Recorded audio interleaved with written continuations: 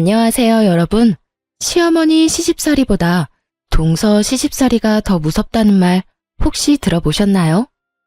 저는 이번에 이 말의 뜻을 고스란히 온몸으로 받아본 40대 초반의 평범한 여성이에요.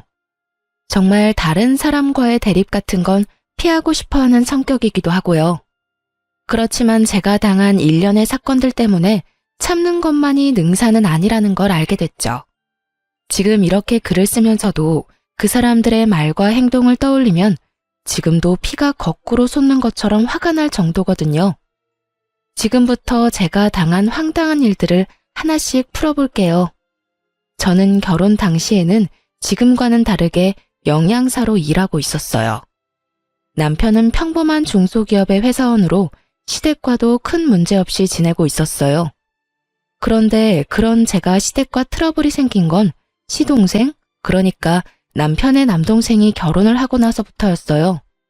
도련님은 당시 젊은 사장으로 창업으로 작은 사업체를 운영 중이었거든요.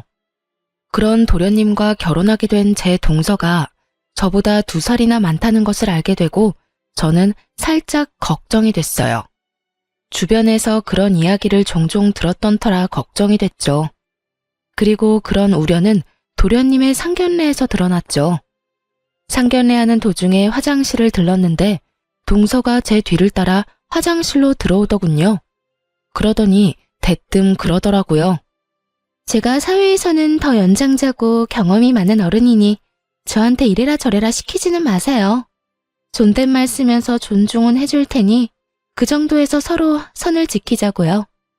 정말 당당하게 저에게 선을 지키자는 동서를 보며 속으로 많이 당황했어요. 누가 보면 이래라 저래라 이미 시킨 줄 알겠더라고요. 얼굴 본 것도 처음인데 초면에 하는 말을 들어보니 제 우려가 현실이 되더군요. 근데 그게 무슨 말씀이세요? 선이라뇨. 몰라요? 적당하게 하자는 말이에요. 명절에 일할 때도 나한테 이래라 저래라 시키지 말고 저한테 딴지도 걸지 말고요. 솔직히 저도 이렇게 어린 사람이 제 손윗동서가 될 줄 알았겠어요? 나이 어린 사람을 어른으로 모셔야 하는 제 입장도 생각해줘야죠. 새빨간 립스틱을 바르며 말하는 동서를 보면서 저는 온몸에 소름이 돋는 기분을 느꼈습니다. 아직 상견례만 했을 뿐인데 이 정도로 견제하는 거면 결혼하고 나서는 내 말은 개똥으로도 안 듣겠구나 하고요. 이때 제 대답이 뭔지 궁금하세요? 제가 먼저 선을 넘는 일은 없을 거예요. 대신 동서께서도 선을 안 넘도록 해주셨으면 좋겠네요. 서로가 선을 지키면 얼굴 붉힐 리도 없잖아요. 그렇죠? 상대방은 제가 선을 넘는 걸 경계했지만 저는 그쪽이 선을 넘는 걸 더 걱정했어요. 지금 이 상황만 봐도 선을 아슬아슬하게 타고 있는 건 상대방인 동서였으니까요. 그러자 웃으면서 그러더군요. 마음이 잘 맞아서 좋네요. 그 말 꼭 지켜주세요. 그렇게 말하고는 휙 돌아서 화장실을 나가버렸어요. 그 뒷모습을 보며 참 황당하고 골치가 아파왔습니다. 저 사람을 앞으로 내내 봐야 할 걸 생각하니 말이죠. 그렇게 도련님은 무사하게 결혼을 하게 됐어요. 그리고 그 뒤로 몇 번의 명절이 지나갔어요. 생각보다 서로 선을 잘 지키고 있어서인지 제가 아이를 낳을 때까지 저를 견제하는 일은 없었어요. 그런데 아주 사소한 것에서부터 일이 틀어지더군요. 그것은 우리 아들이 3살이 될 무렵에 설날에 일어났어요. 설이 되면 어른들에게 용돈을 드리잖아요. 저희는 양가에 각각 50만 원씩 드리기로 했어요. 그런데 동서에게서 연락이 왔더라고요.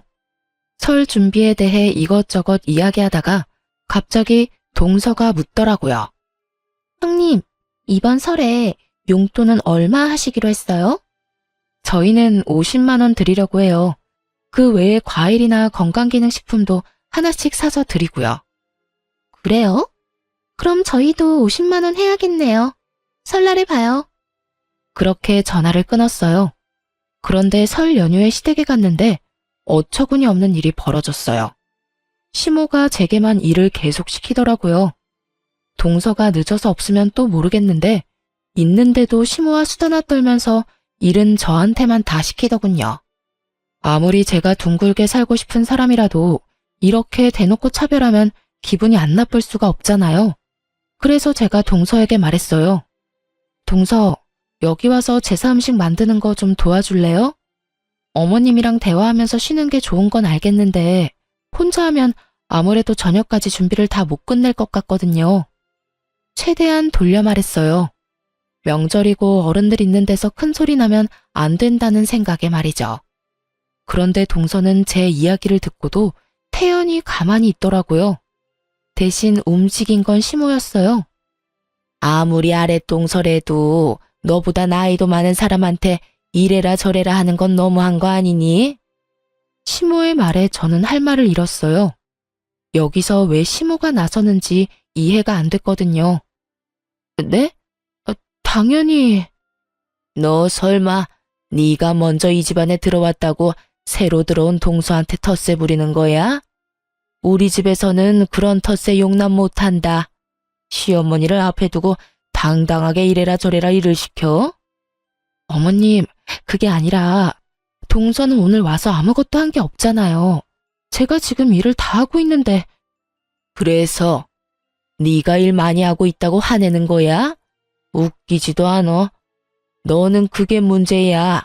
네 동서가 명절이라고 돈을 100만 원 줬다. 이렇게나 시댁을 위하는 동서를 부려먹으려고 하는 거야?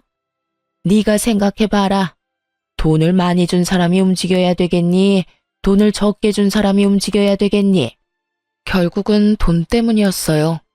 시모가 동서 대신 나서서 제게 타박을 준 이유요. 그런데 그것도 정말 열이 받는 이유가 저는 아직 용돈을 드리지도 않았거든요. 시모도 저희 부부가 명절 때마다 50만 원 준 걸 알고 있을 테고 이번에도 50만 원만 준비한 걸 알았던 거예요. 그 와중에 동서가 100만 원을 가져왔으니 눈이 혹했겠죠. 솔직히 동서가 100을 내든 200을 내든 상관없는 일이어야 하는데 그 돈 액수에 휘둘려서 사람을 평가하는 시모 때문에 제가 이런 일을 당한다는 게 정말 짜증났어요. 어머님, 설마 돈 때문에 동서를 감싸고 도시는 거예요? 그것도 중요하지 않니? 너도 머리라는 게 있으면 생각을 좀 해봐. 동서가 그만큼 돈을 많이 냈다는 걸 알면 시어머니 말에 토를 달 게 아니라 네가 더 열심히 일을 해야지. 돈만 많이 내면 일 안 해도 된다는 말이세요? 누가 그렇게 말했어? 내 말은 돈도 많이 냈고 나이도 많으니 네가 동서에게 뭐든 시킬 입장이 아니다 라는 말이지. 말이 되지 않는 말을 참 말처럼 포장해서 말하더군요. 열받았지만 꾹 참았어요. 왜 참았는지 아세요? 다음번 명절부터는 시댁에 오지 않을 작정이었거든요. 그렇게 마음을 먹어버렸어요. 남편이 뭐라 하던 내가 하고 싶은 대로 하겠다는 생각으로 꾹 참고 제사상과 밥상을 차렸어요. 여전히 동서는 아무것도 안 하고 시모와 둘이서 하하호호하며 즐거운 시간을 보내고 있더군요. 그렇게 저녁 시간에 밥을 먹는데 시모의 행동에 저는 또 열이 슬슬 올라오는 것을 느꼈어요. 밥을 먹는데 시모가 제 앞에는 나물 반찬만 놔두더니 동서와 도련님 앞에는 고기 반찬을 놔두더군요. 그러면서 하는 말이 더 웃겼어요. 둘째 며느리 고생했다. 네 덕분에 이리 풍족한 명절을 보내는구나. 많이 먹거라. 이게 다 네가 우리 집에 들어온 덕이야. 어머님, 무슨 그런 말씀을 하세요. 어머님이 계신 덕분에 잘 되는 거죠. 그러니 제가 드린 용돈으로 맛있는 것도 사드시고 좋은 곳에 놀러도 다니세요. 간드러지는 동서의 목소리에 행복해하는 시모를 보니 배알이 뒤틀리더군요. 음식 차별하는 게 제일 기분 더럽다더니 그 말이 딱 맞더라고요. 제가 좋아하는 음식을 못 먹게 해서가 아니라 제가 직접 만든 음식조차 못 먹게 하는 걸 보니 열받아 결국 확 질러버렸어요. 저는 동서 앞에 놓인 산적을 들어서 저와 남편 앞에 가져왔어요. 그러자 시모가 눈을 동그랗게 뜨고 저를 쳐다보며 말하더군요. 예, 그걸 왜 그쪽으로 가져가? 제가 만들었는데 맛도 못 보나요?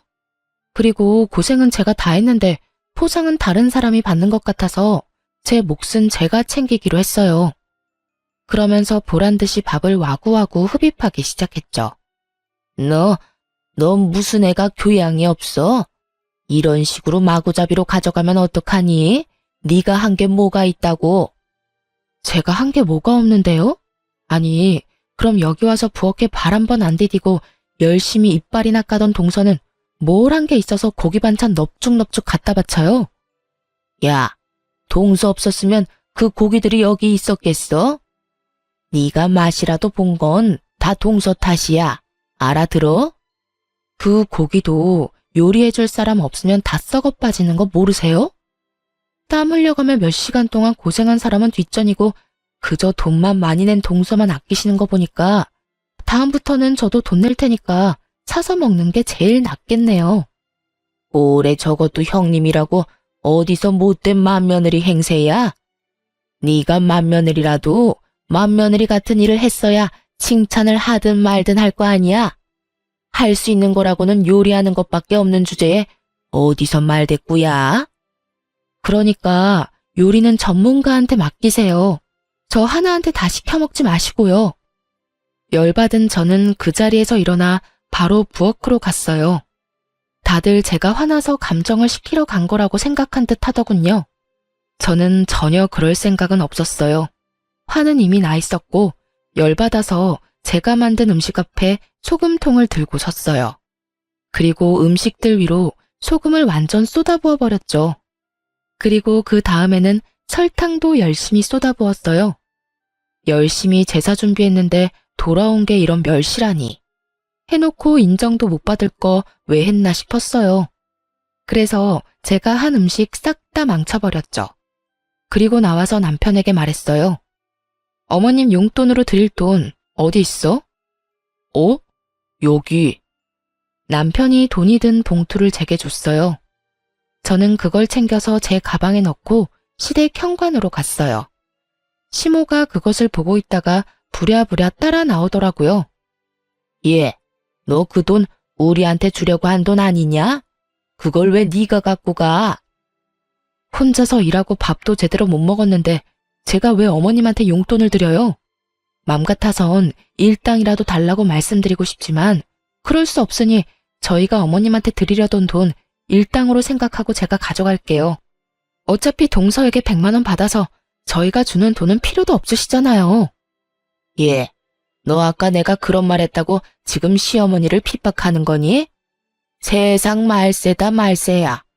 어디 며느리가 시어머니한테 이딴 짓을 해? 요즘 세상에 바보로 사람 차별하는 시어머니가 계실 줄 저도 상상 못했네요. 그리고 핍박은 제가 당했지 어머님이 당하신 건 아니죠. 앞으로는 동서랑 두 분이서 열심히 제사 준비하세요. 하하호호 즐겁게 담소 나누시면서 하시면 저 같은 며느리보다 더 잘하시겠죠. 그리고 이런 취급받으면서 매번 명절에 방문할 정도로 제가 비정상인 사람은 아니거든요. 정상인이라면 대놓고 용돈으로 차별하는 곳에 오고 싶은 마음 없을 테니까요. 그럼 안녕히 계세요. 그렇게 제 할 말만 하고 나가버렸는데 남편이 저를 뒤쫓아 나오더군요. 여보, 대체 왜 이렇게 화를 내? 우리 집에서 왜 이런 짓을 벌이냐고. 이런 짓? 당신은 내가 무슨 취급당했는지 옆에서 뻔히 보고도 그런 말을 해? 내가 무슨 짓을 했는데? 당신이 말해봐. 내가 무슨 짓을 했는데? 당신이 우리 엄마랑 재수 씨한테 일방적으로 화를 냈잖아. 당신이 본 게 그게 다야? 그럼 그 밥상 위에 올라온 요리가 내가 다 만든 거라는 건 몰랐어? 알지, 알아.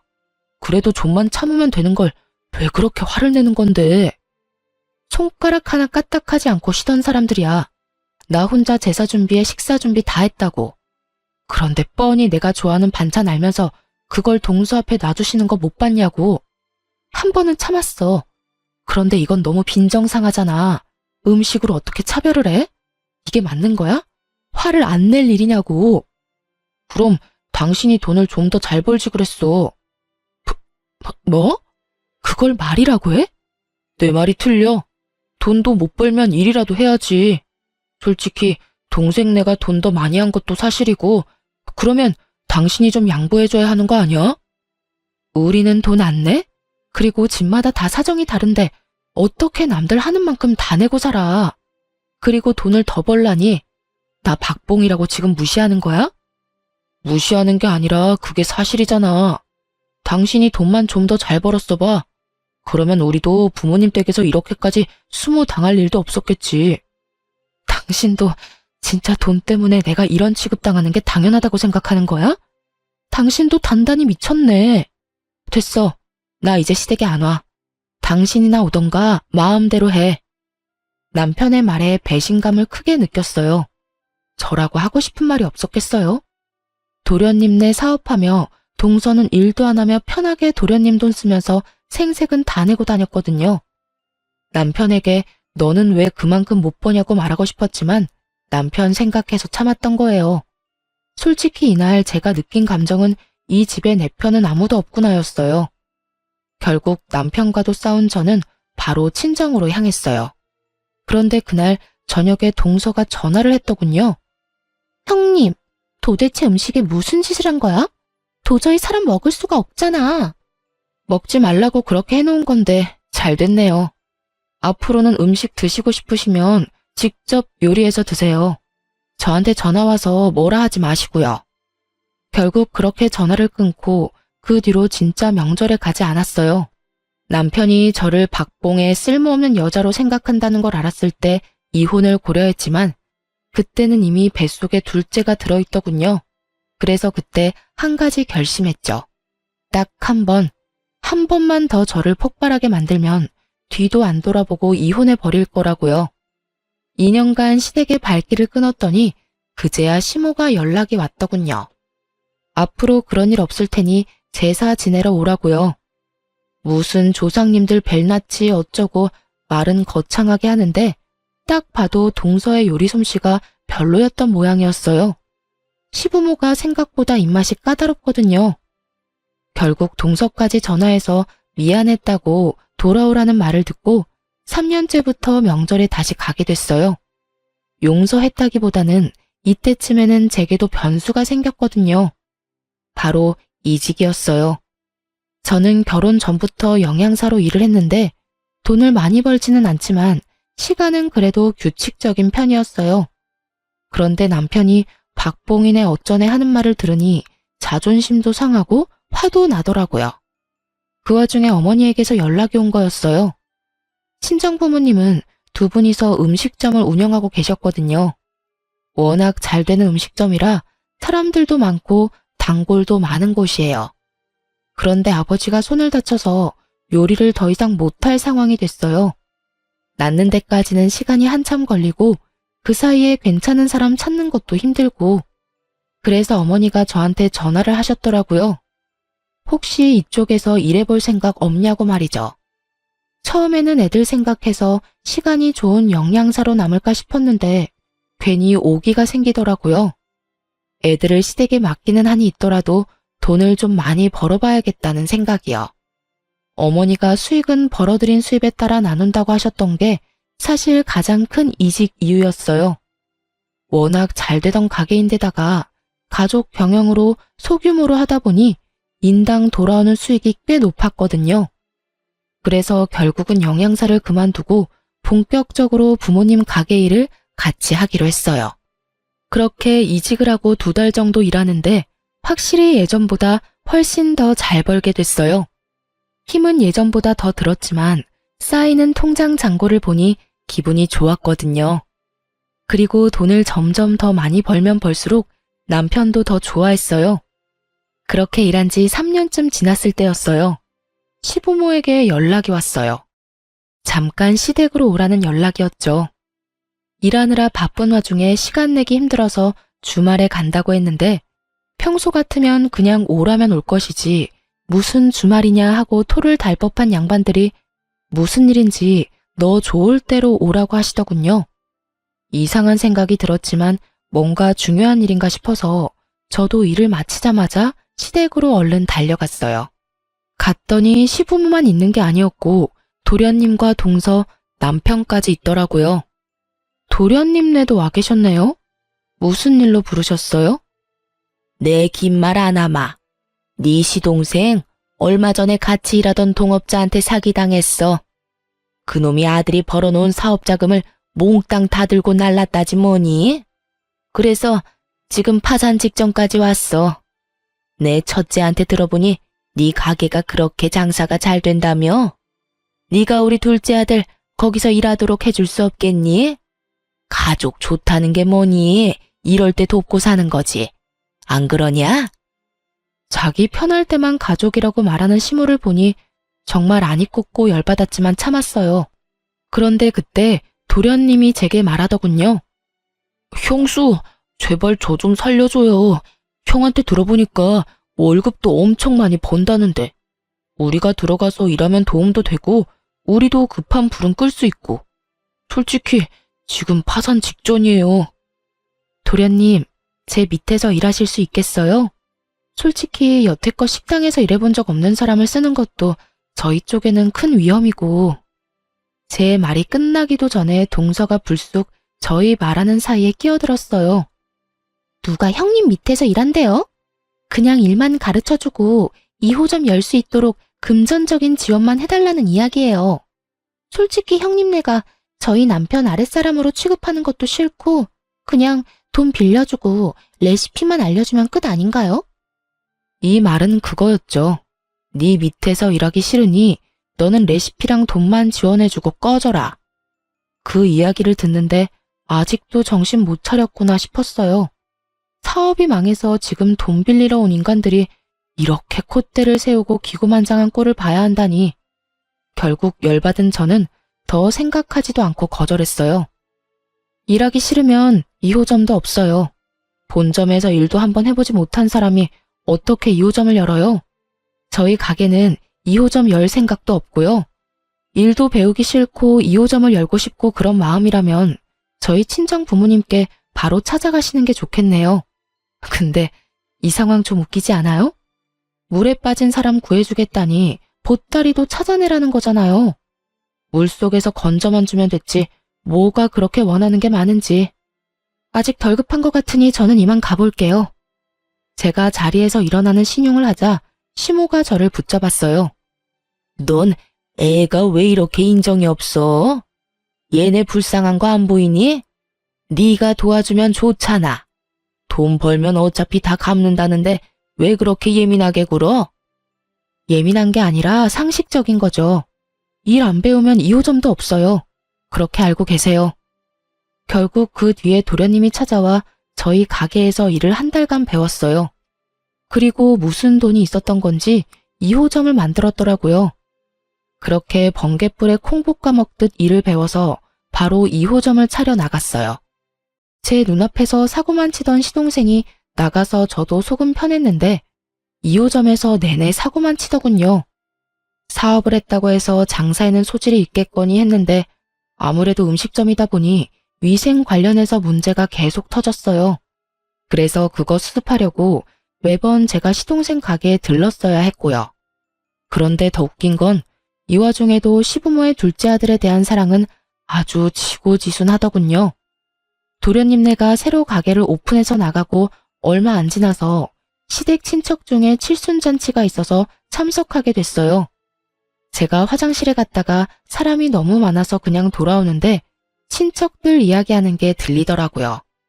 아유, 그 집은 좋겠어요. 그런 복덩어리 같은 며느리가 들어와서. 돈도 많이 벌고 얼마 전에 사기당한 둘째도 걷어줬다면서? 며느리 참 잘 들였다니까. 고모님이 제 칭찬을 하고 계셨어요. 감사한 마음에 웃음을 띠며 시모 뒤로 가 얼른 고맙다고 말하려는데 시모가 제가 있는지도 모르고 이야기하더군요. 걔가 복덩이요? 당치도 않아요.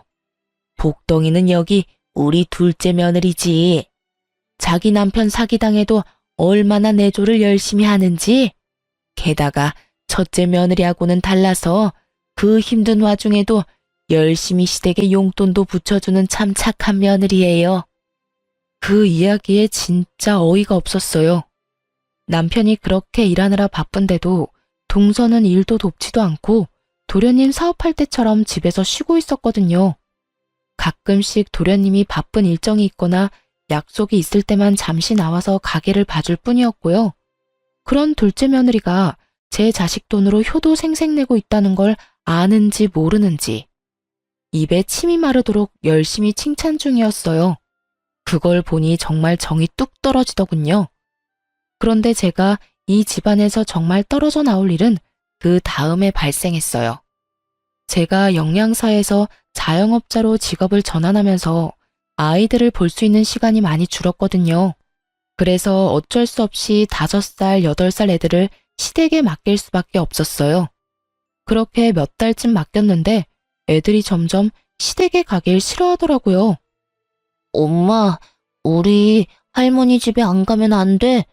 나 할머니 집에 가기 싫어. 을에 있는 투정이라고 생각했어요. 엄마랑 붙어 있고 싶은 마음에 저러는구나 하고 눈물이 핑 돌 것 같았단 말이죠. 그런데 이 상황에서 뜬금없는 말을 첫째가 하더군요. 할머니랑 숙모는 지원이만 예뻐하고 우리는 매번 혼낸단 말이야. 그게 무슨 소리야? 너희를 왜 혼내신단 말이니? 지원이는 동선의 아들이었어요. 이때는 동서가 자기 아들도 시댁에 맡겨놨나 보다 하는 생각만 들었어요. 그런데 그 다음 아들의 말에 혈압이 확 오르더군요. 할머니가 지원이한테만 맛있는 거 주고 우리는 맛있는 거 먹지도 말래. 그리고 지원이가 우리가 가져간 장난감 뺏어갔는데 숙모가 우리한테 소리 지르고 못됐다고 막 뭐라고 했단 말이야. 우리 할머니 댁에 안 가면 안 돼? 나는 진짜로 가기 싫단 말이야. 그 이야기를 듣는데 인내심이 뚝 끊어지더군요. 먹는 걸로 장난치던 그 버릇이 이번에는 우리 애들에게 나왔나 보더라고요. 저는 흥분한 채로 아이들에게 이것저것 물었어요. 그러니 끝도 없이 시모와 동서가 한 짓이 아이의 입을 통해 흘러나오더군요. 동서의 아이를 오냐오냐 키우면서 우리 애들은 무슨 일이 있든 혼을 냈다고 했어요. 과자를 사와도 우리 애들한테는 한 번도 준 적이 없대요. 밥 먹을 때도 맛있는 반찬은 모두 지원이 거라고 하는 말에 진짜 눈을 질끈 감았네요. 손주들이라면 본인 핏줄이니까 잘해줄 거라고 생각했어요. 그런데 고작 몇 달 만에 그것도 학원 하원하고 그 짧은 2~3시간 동안 애들을 이런 식으로 차별했다는 걸 제 귀로 직접 들으니 분노가 멈추지 않았어요. 동서와 도련님 파산하고 물에서 건져 올려준 사람이 저와 저희 부모님인데 은혜를 원수로 갚는 거잖아요. 도와준 은인의 자식들한테 저딴 식으로 대하다니 참을 수가 없었어요. 저는 열받아서 시모와 동서에게 직접 이야기하려다가 일을 마치고 온 남편에게 이야기하기로 했어요. 당신 애들 이야기 들었어? 어머님이 동선의 애만 예뻐하시면서 우리 애들하고 차별하신다는 말. 그래서 지금 애들 싸움에 끼는 어른이 되라는 거야? 이게 어떻게 애들 싸움이야. 엄연히 차별을 받았잖아. 애들이 상처를 받았고. 애들이 엄청 큰 잘못을 해서 혼나는 거라면 그래, 100번 양보해서 참을 수 있지. 근데 보라고, 애들이 잘못한 게 뭐가 있어? 그리고 잘못했다 한들 먹는 걸로 차별하는 게 어딨어? 그것만큼 기분 나쁜 게 세상에 어디 있다고. 나한테도 그러시더니 이번에는 애들한테까지 이러시네. 당신이 어머님한테 뭐라고 말씀 좀 드려. 애 맡겨놓고 그런 것까지 요구하라고? 당신이 바빠서 애 맡긴 거잖아. 그러면 신경을 꺼. 그리고 솔직히 네가 우리 집에 못하니까 애들이 적골 당하는 거지. 재수씨처럼 나긋나긋하게 좀 굴어봐. 사람을 이렇게 달달 볶지 말고. 당신, 지금 내가 잘못해서 애들이 당한다는 말, 그거 진심으로 한 말이야? 내가 바빠서 애 맡긴 것도 다 내 탓이라고, 이 미친놈아. 박봉이라면서 나더러 돈 좀 많이 벌라고 한 게 당신이야. 어디서 책임전가야? 돈 많이 벌어다 주니까 이번에는 뭐? 내가 나긋나긋하지를 못해서 우리 애들이 차별당한다고? 그게 아빠라는 인간이 할 소리야? 지금 당장 화내고 뭐라 해도 모자랄 판에. 내가 한마디 하는데 당신 요새 이상해. 돈 많이 번다고 기고만장해져서 우리한테 당신 잣대 들이대는 것 같은데 그거 그만하라고. 매번 돈 번다는 이유로 우리 집안 행사에도 빠지고 애들도 제대로 안 보고. 그게 엄마냐? 그게 며느리냐고. 그 돈으로 잘 먹고 잘 살고 있잖아. 이번에 새로 이사한 것도 집안에 새로운 가전 다 들인 것도 다 내 덕분 아냐? 그런데 뭐? 내가 아무것도 안 해? 네가 처먹고 누리고 있는 모든 게 내 주머니에서 나오는데 당신이 그딴 이야기를 한다고? 당신이 나를 그렇게 바닥으로 생각하는지 몰랐네. 알았어. 당신이 나를 얼마나 무시하는지 알게 됐으니까 이혼하자. 왜 살아? 동서처럼 나긋나긋하고 일 안 하고 집에서 돈만 축내며 남편 돈으로 생색내는 예쁜 장식품 같은 여자나 구해서 살아. 나처럼 악착같이 돈만 버는 여자 때려치우고. 나도 너 같은 놈 때려치우고 딴 남자 찾을 테니까. 박봉이라고 난리칠 때는 언제고 이제 와서 딴소리를 해? 에라이 천하의 나쁜 놈 같으니라고. 그런 말이 아니잖아, 여보. 저를 잡는 남편놈 손을 뿌리치고 저는 애들을 데리고 친정으로 와버렸어요. 정말 화가 머리끝까지 나서 참을 수가 없었어요. 애들은 이 상황이 뭔지도 모르고 어안이 벙벙한 상태였고 부모님은 그런 저를 이해해 주셨어요. 그간 제 마음고생을 누구보다 가까이서 봐주신 분들이었으니까요. 그런데 아무리 생각해도 동서가 우리 애들을 혼냈다는 걸 듣고는 가만히 참을 수가 없겠더라고요. 도련님한테 전화를 걸었어요. 그리고 내일 가게에 있냐고 물었죠. 가게에 필요한 물건을 2주에 한 번씩 보내주는데 가져가야 한다고 말이죠. 그랬더니 내일은 자기가 약속이 있어서 와이프한테 가게를 맡겨놓을 거라고 모레 직접 본점으로 찾아오겠다고 하더라고요. 저는 내일이 기회라는 생각이 들었어요. 그래도 도련님 없을 때 이야기하면 둘 다 아이 키우는 엄마 입장에서 대화가 잘 통할 수도 있잖아요. 다음날 점심에 동서가 일하고 있다던 도련님네 가게로 향했어요. 그리고 충격적인 장면을 목격하고야 말았어요. 동서가 시동생이 아닌 다른 남성과 가게 안에서 만나고 있더군요. 보통 사이가 아닌 게 확실했던 게 팔짱도 끼고 서로 허리에 손도 두르고 여하간 분위기가 보통이 아니었거든요. 저는 동서와 이야기하겠다는 애초의 목적도 있고 그 상황을 핸드폰으로 녹화하고 있었어요. 솔직히 좋은 약점 하나 잡았다는 생각이었어요. 그리고 두 사람이 잘 보이지 않는 구석에서 입을 맞추는 장면까지 녹화할 수 있었던 저는 그 길로 집으로 돌아왔어요. 이걸 언제 터트릴까 했는데 그날 저녁 남편이 시댁으로 오라더군요. 시댁에 갔더니 남편 놈이 아주 당당하게 이혼 이야기 하자고 하더라고요. 모든 시댁 식구들이 있는 곳에서. 그런데 동서가 제일 웃겼어요. 형님, 아무리 그래도 애들 말만 믿고 저희한테 이러시는 건 너무하죠. 저희라고 좋아서 애들 혼냈겠어요? 애들이 혼날 짓을 해서 혼냈는데. 혼낸 것도 화가 나긴 하는데 음식 가지고 차별했다는 것 때문에 더 열받았거든요. 우리 애들이 바보라고 생각하는 거 아니죠?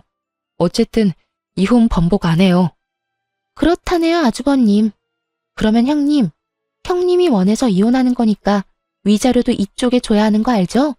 재산 분할도 확실하게 해야 하고요. 위자료? 재산 분할? 어이가 없어서. 내가 무슨 명목으로 이혼하는 줄 알아요? 당신들 시댁 때문에 이혼하는 거야. 남편 놈은 그 사이에서 아무 도움 없이 나한테 성질만 내서 그렇고, 음식으로 차별하고 용돈 적게 줬다고 일 부려먹고, 사람을 인간으로 대해줬으면 이혼을 할 리가 있겠어? 형수님, 형님이 어찌됐건 저는 두 분이 이혼을 했다고 저희 가게 차별하는 건 가만둘 생각 없어요. 그러니까 그 부분은 확실하게 해줬으면 좋겠고. 가게 걱정 말고 와이프나 걱정하지 그래요. 그렇게 끼고 돌며 사랑하는 도련님네 와이프, 다른 남자랑 바람나서 지금 난리도 아니던데? 정말로 그 집 애들이 누구씨인지 알게 뭐야? 뜬금없이 떨어진 폭탄에 시댁이 한순간 고요해졌습니다.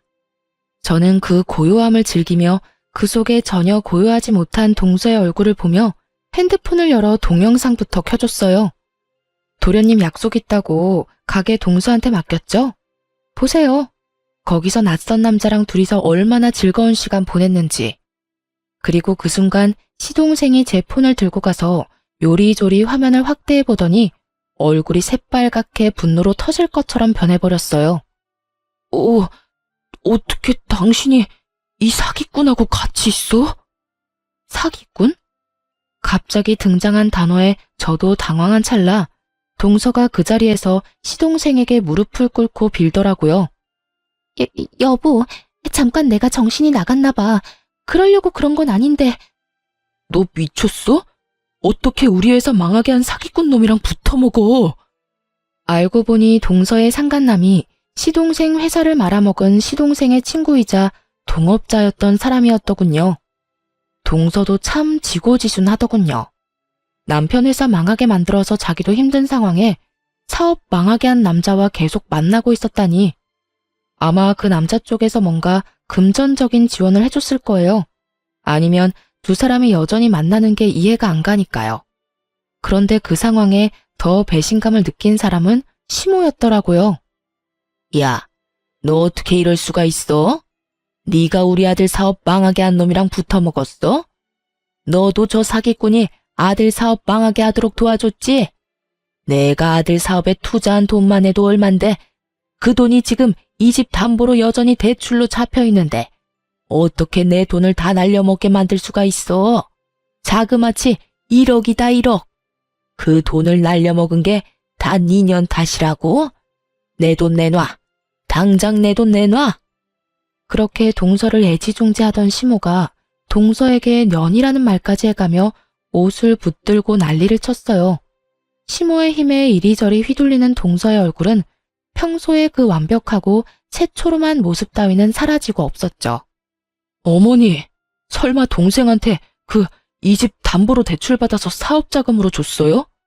제가 그렇게 하지 마시라고 말씀드렸잖아요. 항상 동생 왜 있는 거 다 동생한테 퍼주지 못해 안달이세요? 여태껏 가지고 있던 재산 다 동생한테 털어줬으면 됐지. 설마 매달 돈 달라고 하신 거 이 담보대출 이자 때문에 달라고 하신 거예요? 아, 설마 이번 동생 가게에도 돈 대주신 거 아니죠? 야, 너 말해봐. 엄마한테도 돈 받았어? 나한테 2천만 원 빌려갔잖아.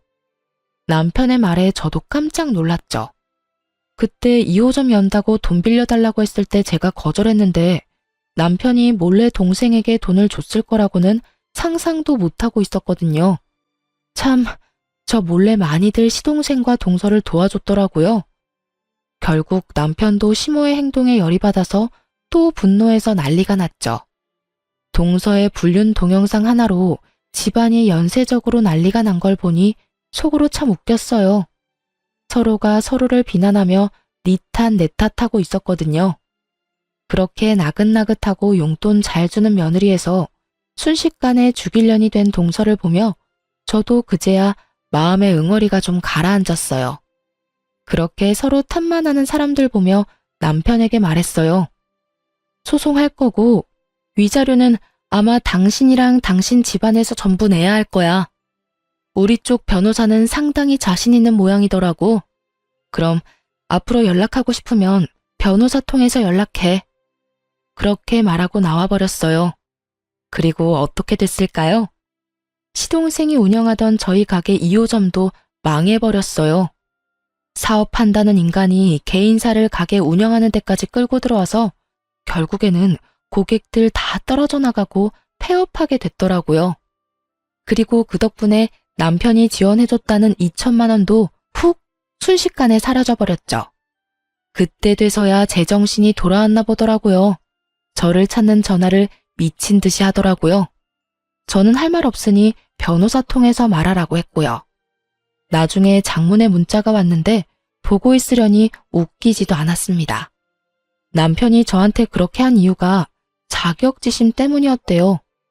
제가 영양사로 일할 때는 자기보다 돈 덜 벌어서 무슨 일이든 큰 소리 칠 수 있었는데 제가 부모님 가게에서 일하게 되면서부터 돈을 더 많이 벌었잖아요. 그것 때문에 열등감과 자격지심에 저한테 뭐든 그렇게 화를 내고 싶었다네요. 근데 참 웃긴 게 그냥 우리끼리 잘 지냈으면 제가 버는 돈도 누리면서 잘 살 수 있었을 텐데 꼴랑 자존심 하나 세워보려고 하다가 결국은 위자료에 재산 분할까지 해야 돼서 살고 있던 집 저한테 넘기고 월세 들어갔다잖아요. 그 집 자체가 저희 반반 내고 들어간 집이라 다 정산하고 나니 남은 건 없던 거죠.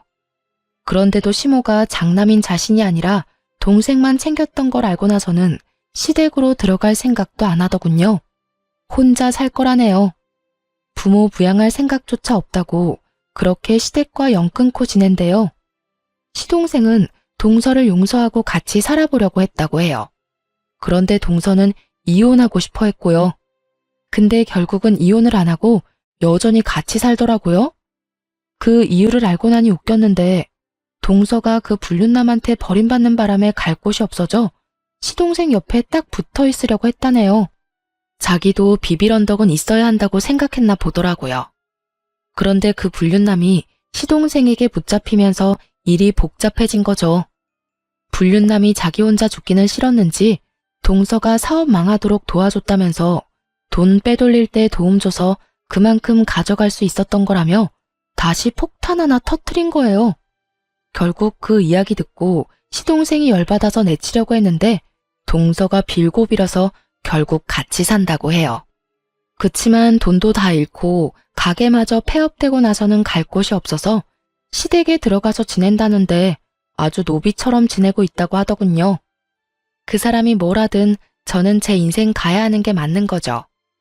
저는 이혼 후 그 집 팔고 부모님한테 말해서 근처 좋은 상가 건물로 가게를 확장 이전하기로 했어요. 집 판 돈 다 넣었어요. 그리고 1층은 가게, 2층은 저희 집, 3층은 부모님 집으로 해서 3층짜리 근생 건물을 샀어요. 2층에 집이 있으니 애들을 따로 봐줄 사람은 찾지 않아도 되고 조용할 때마다 올라가서 확인만 하면 되니 훨씬 마음이 편했어요. 애들도 할머니 댁에서 구박받으며 사는 것보다 지금 집을 더 좋아하고요. 그렇게 몇 달쯤 뒤였을까요? 제가 시모와 동서를 마주하게 된 일이 있었어요. 저는 가게 청소하고 밖으로 쓰레기를 버리러 온 참이었고 두 사람은 저희 가게 앞을 지나가고 있더라고요. 그런데 동서가 시모의 짐을 모조리 들고 낑낑거리는 표정으로 시모의 뒤를 따라가고 있었어요. 저는 저 사람들 지나가면 들어가야겠다 싶었어요. 괜히 마주치고 싶지 않았으니까요. 그런데 시모가 갑자기 저희 가게 앞에 멈춰서더군요. 그러더니 갑자기 혀를 차고 말했어요. 생각할수록 열받네. 왜 네가 우리 집에 들러붙어 있어? 식충이 같은 인간아. 아우 속상해. 첫째 며느리가 우리 집에 남아 있었으면 저 친정 돈으로 우리가 망하지 않았을 수도 있는데 내가 그때는 왜 그런 생각을 못했는지 알 수가 없어. 네가 나를 돈으로 꼬드겨서 그런 거지. 시모의 뾰족한 화살이 동서를 향해 쏘아졌어요. 동서는 억울한 마음이 드는 듯 입을 삐죽했지만 아무 대답 못하고 고개만 숙이고 있더군요. 아들 새끼 망하게 할 때부터 네가 우리 집 화근이라는 걸 알아야 했어. 네가 양심이라는 게 있으면 이렇게 우리 집에 빌부터 살 게 아니라 일자리라도 알아봐서 내 돈이라도 갚아야 하는 거 아니니? 매번 네 서방한테 힘든 일 다 시키고 그 돈으로 펑펑 돈이나 쓰고 네가 인간이야? 결국 소리가 커지고 주변 사람들이 한두 명씩 밖으로 얼굴을 내보이자 어쩔 수 없이 제가 나섰어요. 저희 가게 앞에서 이런 일이 벌어지면 가게 이미지에 타격을 입잖아요. 남의 가게 앞에서 큰 소리 내지 마시고 빨리 지나가세요. 여기서 이러신들 제가 그쪽 집에 다시 돌아갈 일도 없고 이 가게가 그쪽 집안 것이 될 일도 없으니까요. 제가 등장하자 시모 얼굴이 반가운 빛을 띠더군요. 이혼 전에는 볼 때마다 마땅찮은 표정만 짓더니 사람 마음 참 간사해요. 가게 잘 되는 걸 보면 볼 때마다 잃어버린 것이 얼마나 소중한지 깨닫게 됐나 봅니다. 그래도 다시 돌아갈 생각 따위 전혀 없지만요. 어머 얘, 너 있었니? 요즘은 어떻게 지내? 우리 손주들은 잘 지내고 있지? 우리도 요즘 손주들 얼굴 보고 싶어서 눈물이 날 정도란다. 네가 마음을 조금만 써서 우리랑 손주들 만나게 해주면 이번에도 동선의 아들하고 비교하면서 차별하실 건가요? 죄송한데 애들 차별하셨으면서 우리 애들 왜 궁금해하세요? 차별이라니 그건 다 네 동서가 시켜서 한 일이야. 아니었으면 내가 내 핏줄 싫어할 일 없잖니. 요즘에 지원이 그것이 얼마나 기고만장해졌는지 몰라. 그런 눈치도 없는 애보다 너희 애들이 훨씬 낫지. 그러니 너도 이만 오해를 풀고. 그 이야기를 가만히 듣던 저와는 달리 누군가는 시모의 이야기에 기분이 퍽 나빠진 모양이었어요. 어머님, 누가 시켰다고 그러세요? 그리고 애 놔두고 그렇게 차별하시는 거 아니죠? 제가 여태껏 어머님한테 어떻게 했는데 이혼해서 이제 가족도 아닌 사람 앞에서 저를 이렇게 구박하실 수가 있는 거예요. 이거 봐. 감히 눈 동그랗게 뜨고 시어머니를 노려봐? 네가 지금 나한테 눈 크게 뜨고 대들 수 있다고 생각하니? 어이가 없어서 지금 내 꼴을 좀 봐라. 네가 우리 아들 두고 그런 미친 짓을 저질러서 내가 지금 이 모양이 꼴 아니냐? 그게 왜 제 탓인데요? 어머님이 뿌린 대로 거둔 거지. 저도 이런 짓 못 해먹겠어요. 아무리 잘못했었어도 그렇지. 용서해줬으면 이렇게 부려먹지나 말아야죠. 동서는 그 상태 그대로 짐을 다 팽개치고는 씩씩거리며 가버리더군요. 제가, 아휴, 봐라. 지금 집안이 이 모양이야. 역시 맏며느리가 없으니 기강이 안 사네. 어쨌든 나중에 애들 데리고 한번 오거라. 응? 무슨 착각하시는 건지 모르겠지만 저희 애들은 그쪽 집에 안 가요. 애들이 뭐라고 하는 줄 아세요? 할머니 댁 안 가서 너무 좋대요.